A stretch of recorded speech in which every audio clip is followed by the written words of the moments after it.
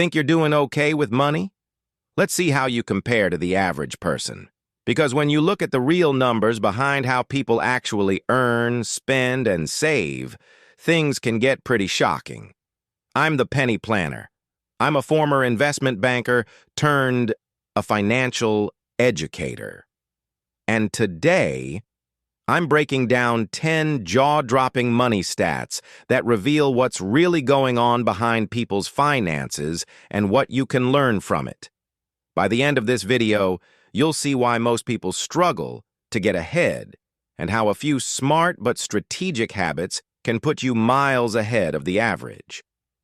Let's start with stat number 1, which is what the average household income really is. Stat number 1. How much the average person really earns. The average U.S. household income in 2024 was $121,000.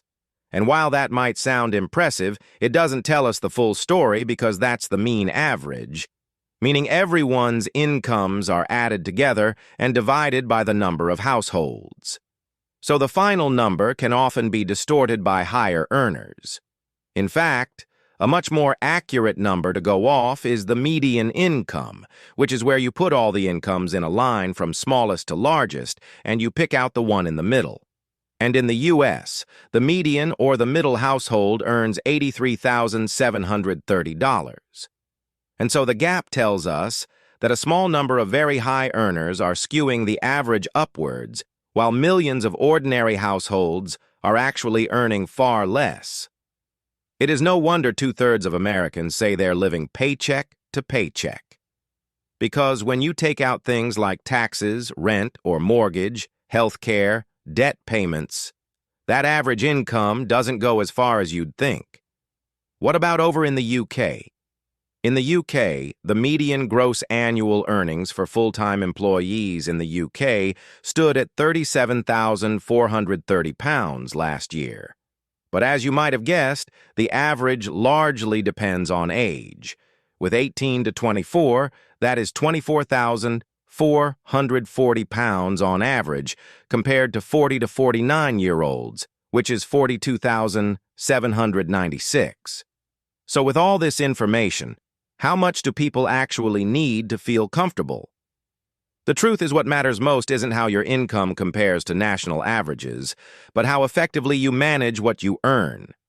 So just start by understanding your after-tax income and building a real estate budget. For example, allocating 65% to need, 20% towards wants, and 15% to your future you. I have a completely free budget tracker that encourages you to budget using these allocations. It's completely free. You can use it. It's in the link below. From there, focus on building an emergency fund, then paying off high-interest rate debt and investing consistently to grow wealth over time. I have a video as well on how to optimize your finances and in what order over here. And since the cost of living changes so much based on geographic location, it's essential to measure financial comfort by how far your money goes where you live, not arbitrary national figures. The goal isn't to match an average, but to build stability and freedom within your own financial reality. Stat number 2, how dangerous timing the market can be. If you missed the market's 10 best days over the past 30 years, your returns would have been cut in half, and missing the best 30 days would have reduced your returns by an incredible 83%. This shows just how damaging it could be to try and time the market. Nothing else. That is what it shows.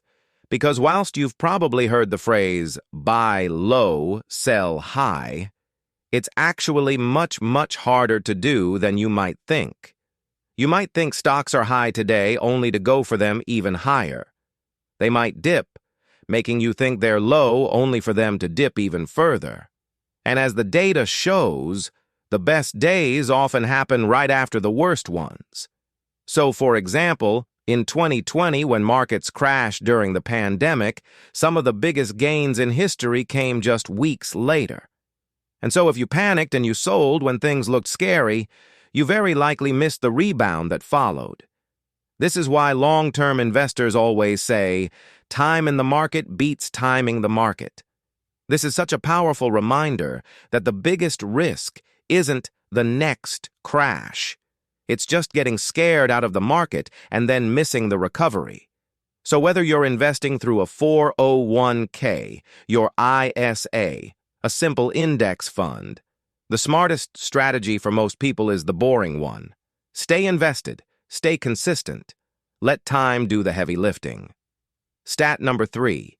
How many people are financially literate? According to the National Financial Educators Council, low financial literacy costs the average American over $1,000 a year.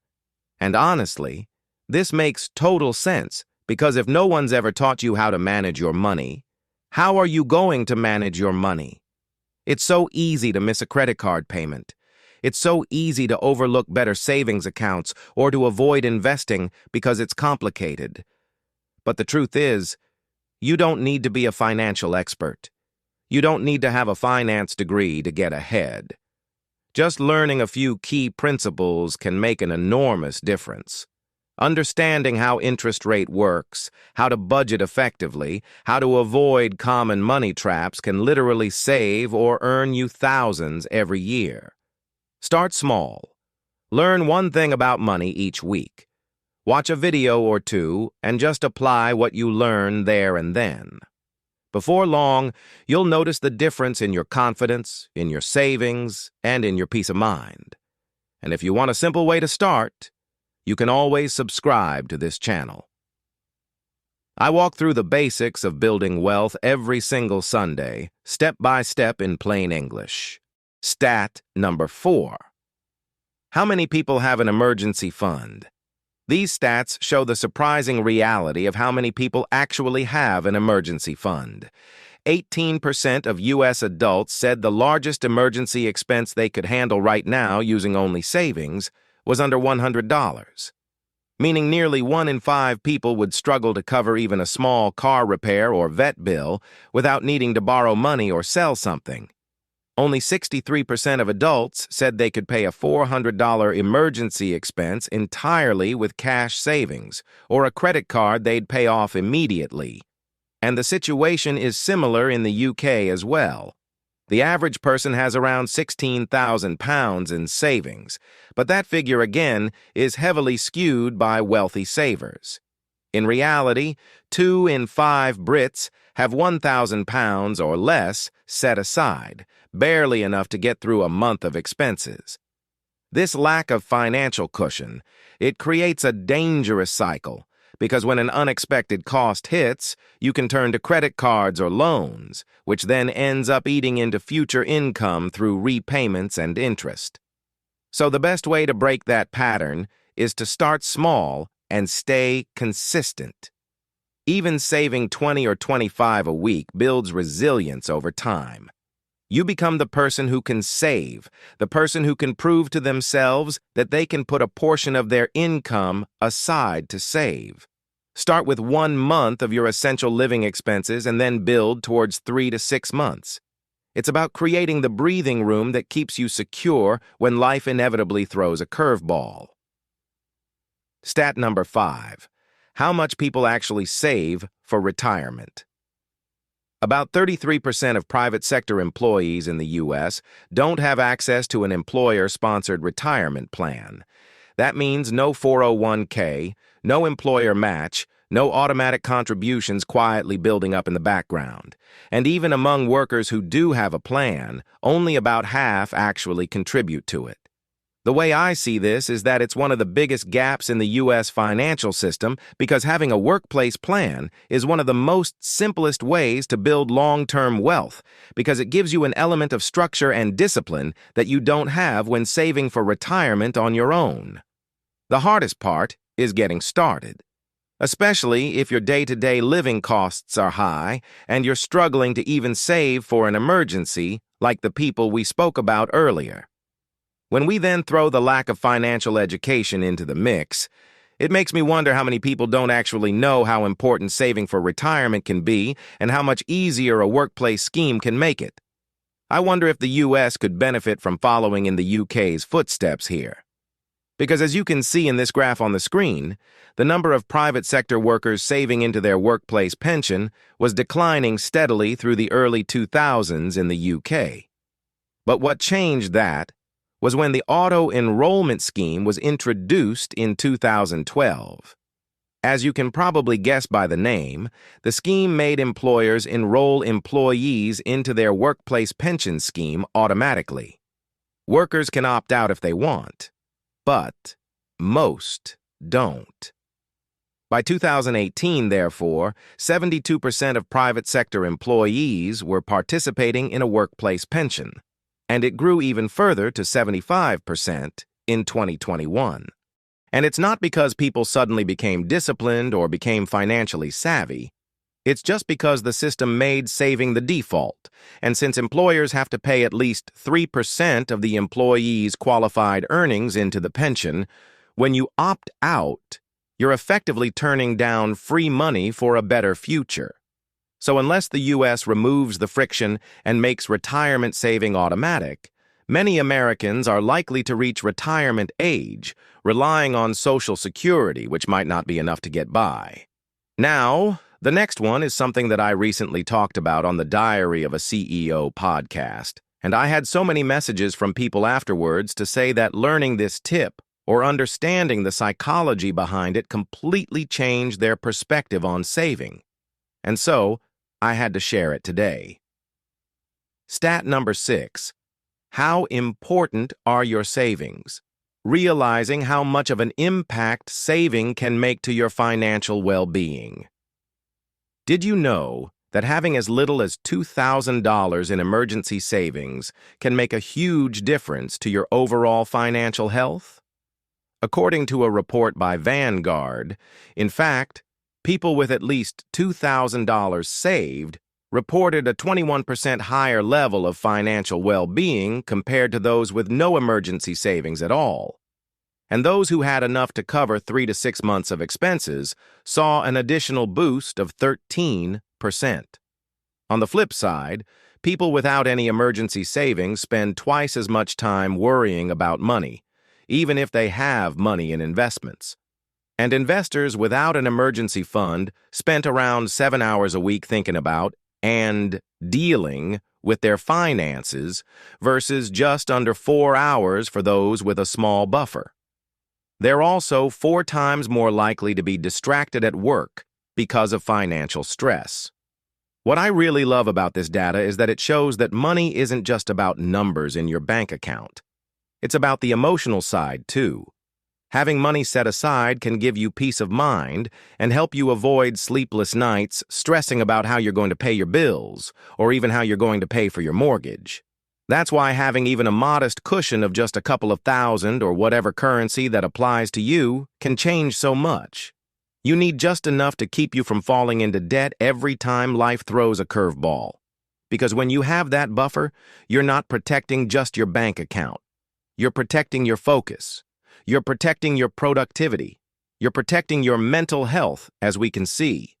Stat number 7. Even high earners are living paycheck to paycheck, and this one is about how many high earners are actually just living paycheck to paycheck. According to PNC Bank's 2025 Financial Wellness Report, 67% of Americans say they're living paycheck to paycheck. That means millions of people are struggling just to cover their basic expenses. And surprisingly, this includes nearly half of those earning over $100,000 a year. This is just a reminder that financial stress isn't only about how much you earn, but also about how much you spend. Lifestyle inflation. The tendency to spend more as you earn more can quietly erode your financial stability. You get a raise, you pick up new clients, and suddenly you feel justified to upgrade your wardrobe, to dine out more, to move to a bigger home.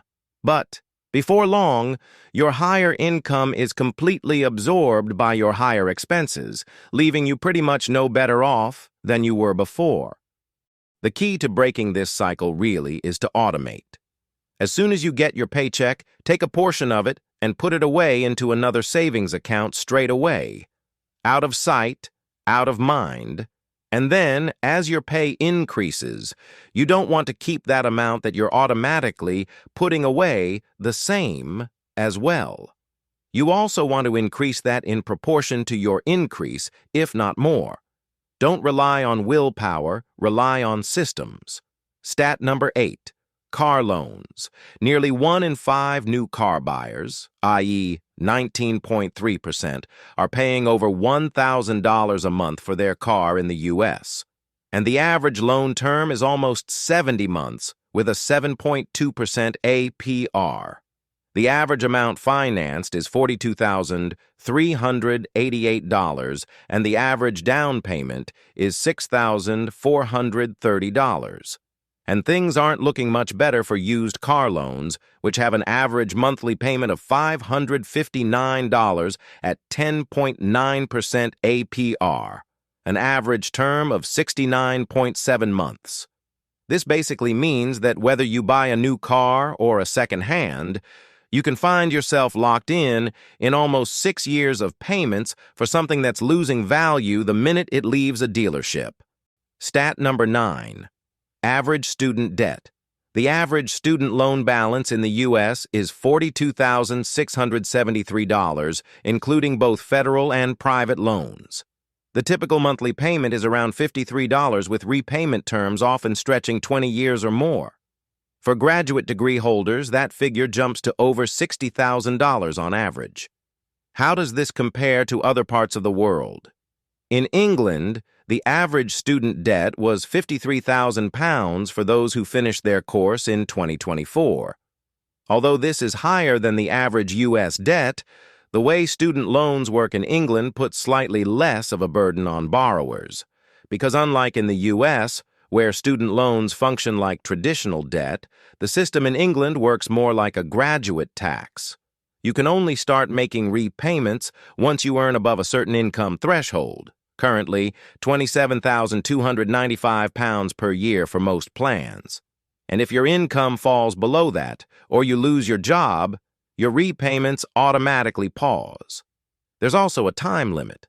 After 30 years, any remaining balance is wiped, no matter how much you still own. So while UK graduates technically carry more debt on paper, and these loans can grow significantly as interest is added, the system is set up in a way that protects borrowers a bit more. In contrast, American graduates are expected to pay off their loans in full, often over decades, with no automatic write-off period.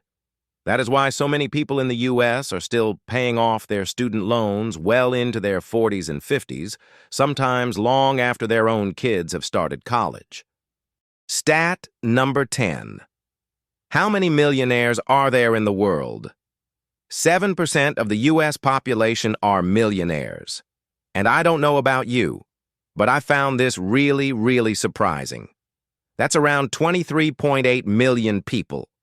That means there's more millionaires than the entire population of Florida. And the U.S. is home to nearly 40% of the world's millionaires, far ahead than any other country. China takes second place with 6.3 million millionaires, followed by France with a 2.9 million. Meanwhile, in the U.K., there's 2.62 million millionaires, which is 3.8% of the population. But here's what's really interesting. In the U.S., the UK, and other parts of the world, being a millionaire may make you more fortunate than more than 90% of the population, but it doesn't always mean you're rich. Because thanks to inflation, rising home prices, and higher living costs, having $1 million in assets doesn't stretch as far as it used to. In fact, surveys show that 1 in 3 millionaires say they still feel like they're living paycheck to paycheck, especially those living in expensive cities like in San Francisco and in New York. So, while the number of millionaires keeps growing, the feeling of financial security hasn't necessarily followed. And this is just a reminder that wealth isn't just about how much you earn. It's about how well you manage, grow, and protect what you have. One way you can do that is through investing in the stock market, but another way is to invest in yourself. So that's it. Those are 10 shocking stats, if any of them sound familiar to you. Awareness is the first step in changing a situation, and well and truly, knowledge is power. You can always subscribe for more personal finance on this channel at any time.